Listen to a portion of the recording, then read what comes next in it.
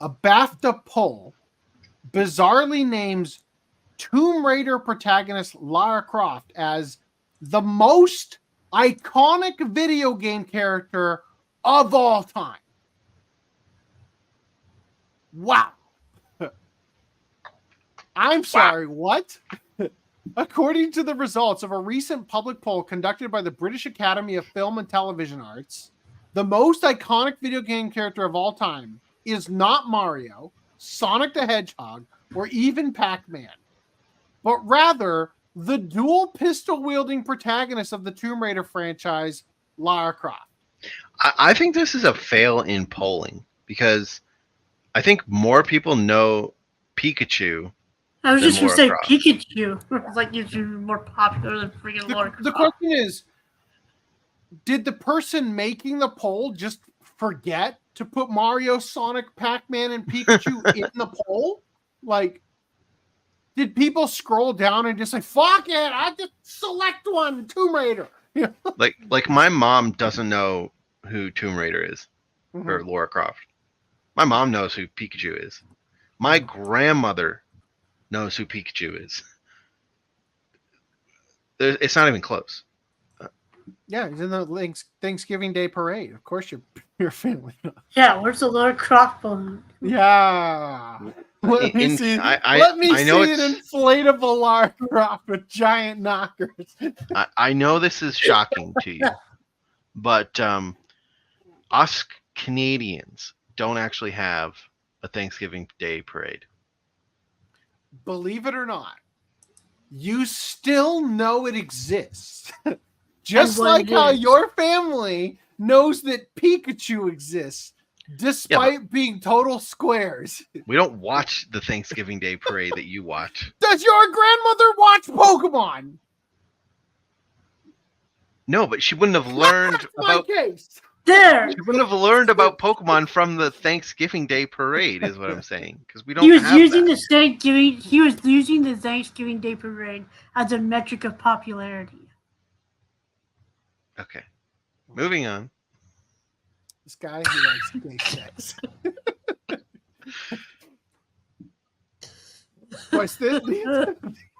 These references are going to be so out of place in the clips without the context. Okay, buckle up, players, because the results of this poll are so utterly baffling that they may leave you questioning the very fabric of reality itself. Held in promotion of their upcoming 20th annual BAFTA Game Award ceremony, the poll in question collected its information via an open write-in submission which allowed for any given respondent to answer with any character they could have possibly imagined. Okay. I'm trying to think about how you could possibly fuck up spelling Mario and Sonic. I can't imagine. Like, even Pikachu, I just can't imagine you actually misspelled it. Yeah, in Pikachoo. I actually find it more likely that you would have misspelled Lara Croft as Laura Croft. Right. Like that is more fathomable. Yeah. That's also like, well, would you like, someone might put Pokemon as the answer, and then does that get counted as Pikachu? Does it get thrown out? What happens? It doesn't. Yeah, it gets thrown out because it's just the name of the series, and now it's just. Yeah. So I want, but if you put Tomb Raider, would that get counted as Lara Croft, or would it be like, no, throw that out? It's the name of the franchise. See. So Doom Guy lost to Lara Croft. Master Chief lost to Lara Croft. Fucking Tony Hawk from Tony Hawk's Pro Skater lost to Lara Croft. Ultimately, collecting responses from roughly 4,000 players across the globe, the British charity organization found that, in order, the apparent top 20 most iconic video game characters of all time were found to be Nathan Drake from the Uncharted series, Ellie Williams from the Last of Us series, Kazuma Kiryu from the Yakuza series, Asterion from Baldur's Gate 3, Cloud Strife from Final Fantasy 7, This Crash is a huge Bandicoot. sampling issue right here. There's Crash no way. Bandicoot from the Crash I Bandicoot believe series. Crash Bandicoot over Asterion. Yeah, but like fucking Crash Bandicoot followed by Solid Snake, then followed by Steve from Minecraft, then followed by Pikachu, then followed by Arthur Morgan from Red Dead Redemption. 2. Like, who did they sample for this? Was this just like... Fucking Baldur's Gate 3 is a new game. That's what I'm saying, Asterion It's a from new Baldur's game.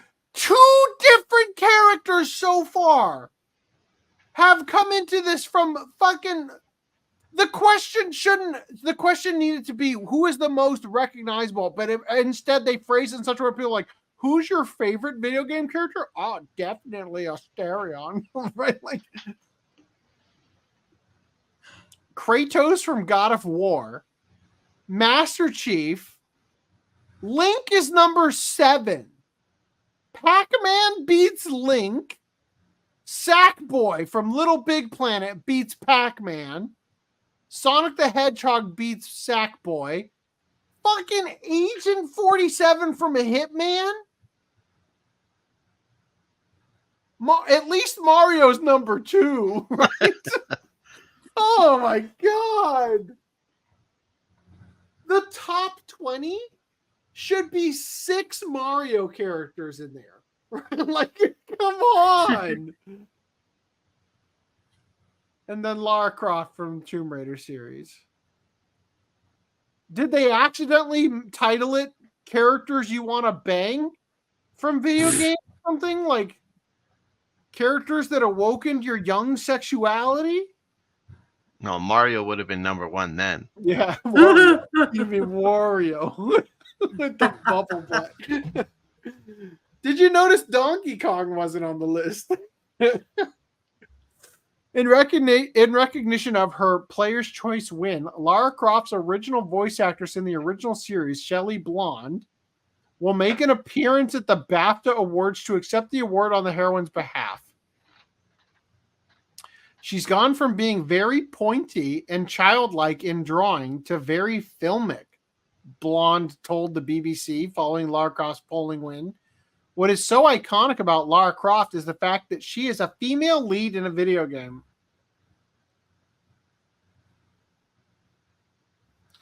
Yup. She is all about girl power and female empowerment. She's at the forefront. She is what the adventure is. Mega Man wasn't on the list at all. Given that the number of players who actually responded to BAFTA's poll is but a small, infinitesimal fraction of the total video game playing population on the planet, it should be understood that these results are in no way representative of any actual cultural zeitgeist. However, that said, the poll's small sample size does nothing to change the fact that its results, as anyone with more than a passing knowledge of video games will know, are downright absurd. Lara Croft is undoubtedly an iconic character, but the most iconic? Agent 47 in the top 3? 2 characters from Baldur's Gate 3 make the list, but such legends as Mega Man, Donkey Kong, and the slime from Dragon Quest don't? Absolutely no mention of any King of Fighters or Street Fighter characters? All in all, the only real information that can be gleaned from this poll is that those individuals who replied to BAFTA's poll hold a very Western-centric and surface-level taste in video games. At current, the 20th annual BAFTA Game Awards is currently set to take place on April 11th. Oh, it must have passed. Wow. All right, so I want this to be fresh in your mind. Lara Croft has won the most iconic video game character of all time.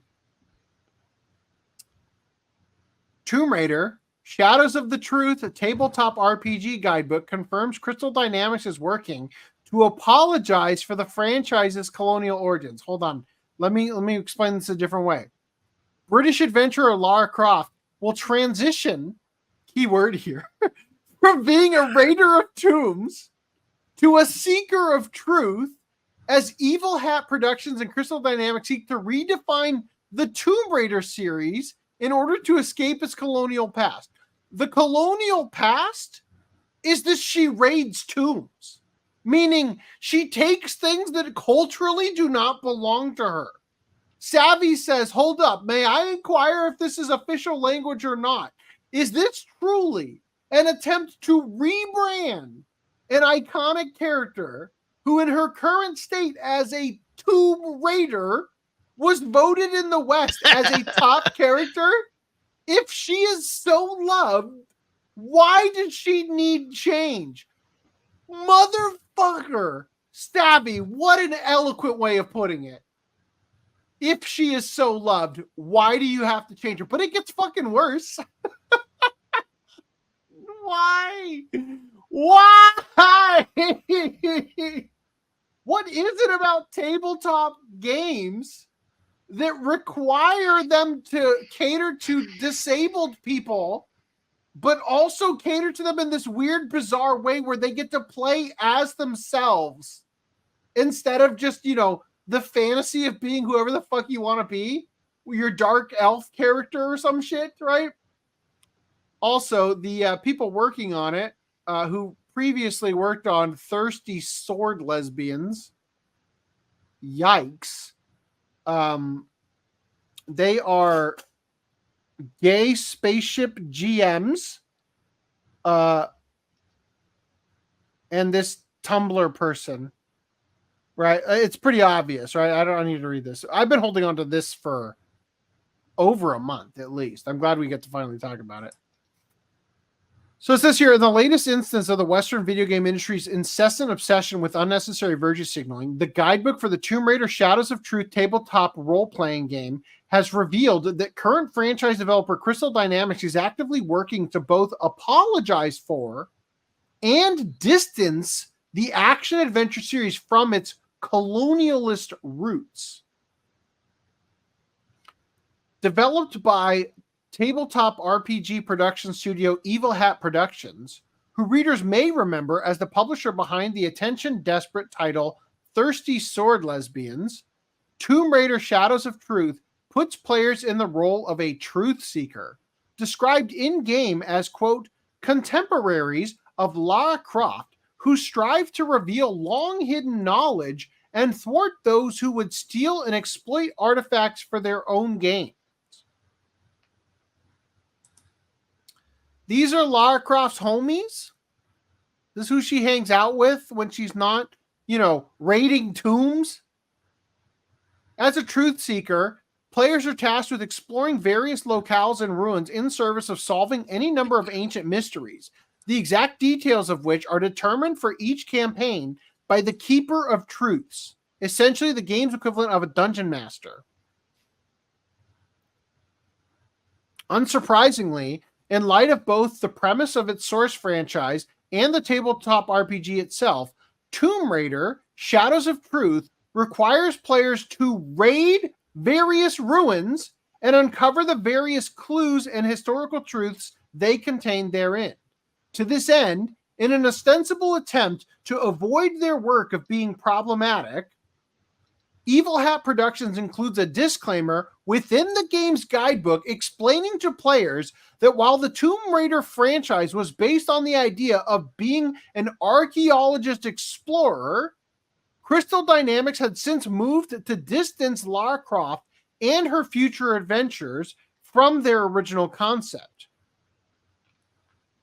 Headlined Raiding and Colonialism, the disclaimer, as discovered in an early playtest version of the game, says, what then is raiding, and how does it mirror colonial practices?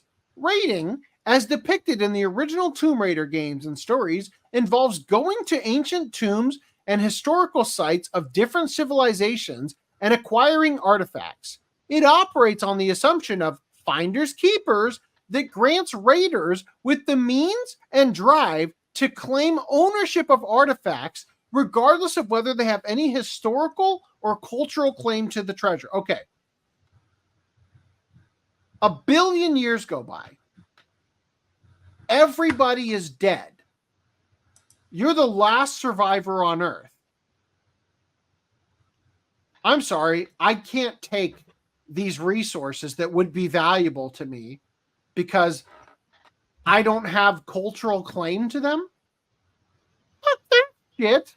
Name one like culture that she took things from that didn't like rightfully belong to whoever was brave enough to go get them.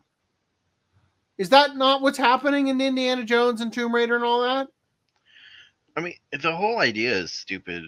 The whole like colonist shit. Yeah. Like the all argument land they're has been making- taken from someone at some point, depending on how far back you want to go, right?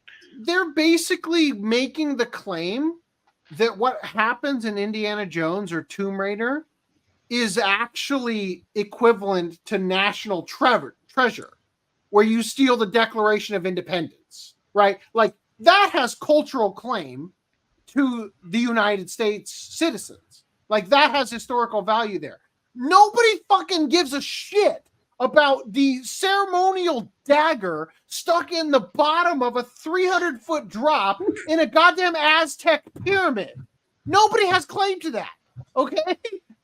If you fucking get down there, it's yours. Like, fucking get over yourself. Oh, you don't have the cultural claim. That's my great, potentially great grandfather's ceremonial dagger. Like, Twice removed.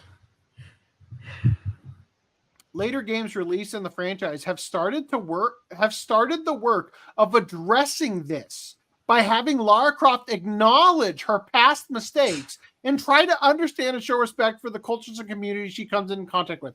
I would lose my shit laughing if the franchise was originally created by Eidos Interactive, right? And then Crystal Dynamics gets it. The first game they make, you revisit every single level from the previous games, but And put 'em instead back. you put back the treasure instead of taking it. Like it's literally the exact same game in reverse. Like it just plays a let's play backwards. I just fucking, who's this for? This is literally exactly what Disney did with Star Wars. You buy a franchise and turn around and say everything about it is problematic. Like, holy shit.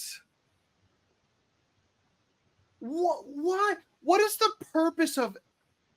You can make your own franchise, or you can spend out the ass to buy a franchise and try to turn it into something else. What is the fucking point of doing that if you buy a franchise for the fan base? That's the whole fucking point. You buy the franchise to continue it so that you can take advantage of the existing fan base so you don't have to create a fan base. You have it built in. There's a certain degree. If you were to have bought this from Eidos Interactive, there is a certain degree of customers, no matter what you shit out, they're going to buy it. At least the first iteration of whatever you shit out. Because they're fans of the franchise. Therefore, the next one comes out, I'm all over that shit. Right? That's the point of buying a franchise. And it's not to fix its problematic origins. If you fucking hate it so much, why'd you buy it? So it says here that the later games released in the franchise, probably the ones from Crystal Dynamics, right, have started to work on addressing this by having Lara Croft acknowledge her past mistakes and try to understand and show respect for the for cultures and communities she comes in contact with. She has also worked to reform Raider culture.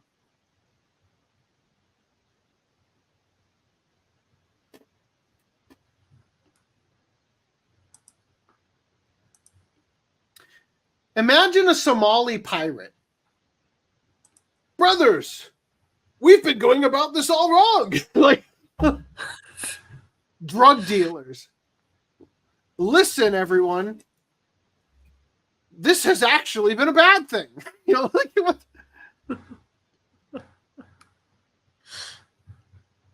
She's worked to reform raider culture and raise the awareness of her peers. You know how you do that? You know how Indiana Jones could reform raider culture? By killing the competition when they show up at the same pyramid as him. There you go. Reforming raider culture by being the only one left, right? Lara no longer decorates her mantle with mythic artifacts. As a raider, she prioritizes seeking the truth.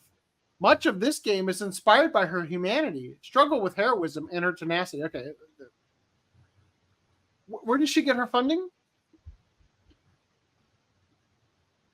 I mean, it seems to me like part of what comes with being a adventuring archaeologist is the fact that you get things you can sell for loads of money to museums and shit or private collectors in order to fund your lifestyle of going into the next deep, dark tomb and stealing Pharaoh's underpants, right?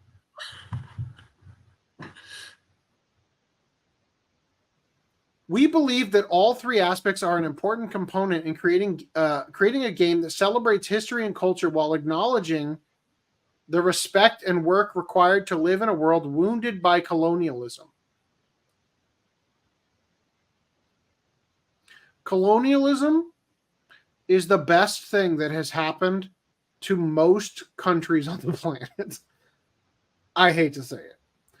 In this game, we seek to continue in that work alongside Crystal Dynamics by creating a sandbox for you to tell stories that address colonialist themes in play and create your own stories of respect and support for the people and cultures your seekers encounter.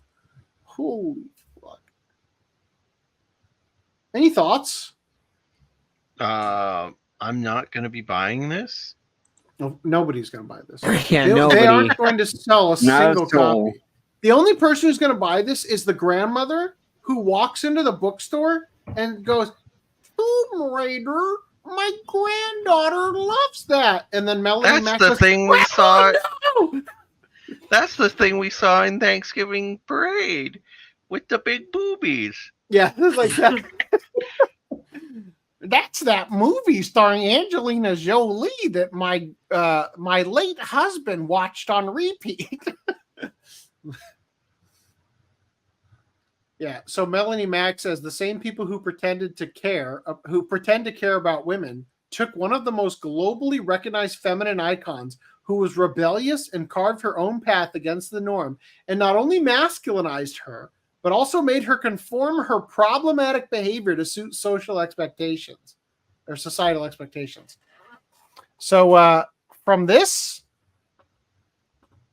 to this, she does kind of look like a man now. Not going to lie.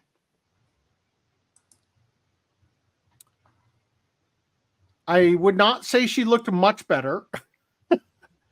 She's got a hairline that is competing with mine own. Yikes. Yeah, I don't know. I'm sorry for I'm sorry to Melanie Mack for having grown up where the only female gaming icon was Lara Croft, and she looked like this, which everybody at the time thought was super high-tech, advanced, and the most gorgeous thing they'd ever seen grace the screen. And now, in retrospect, we can barf at ourselves. Anyway, in other news, unless you guys have anything to say about that.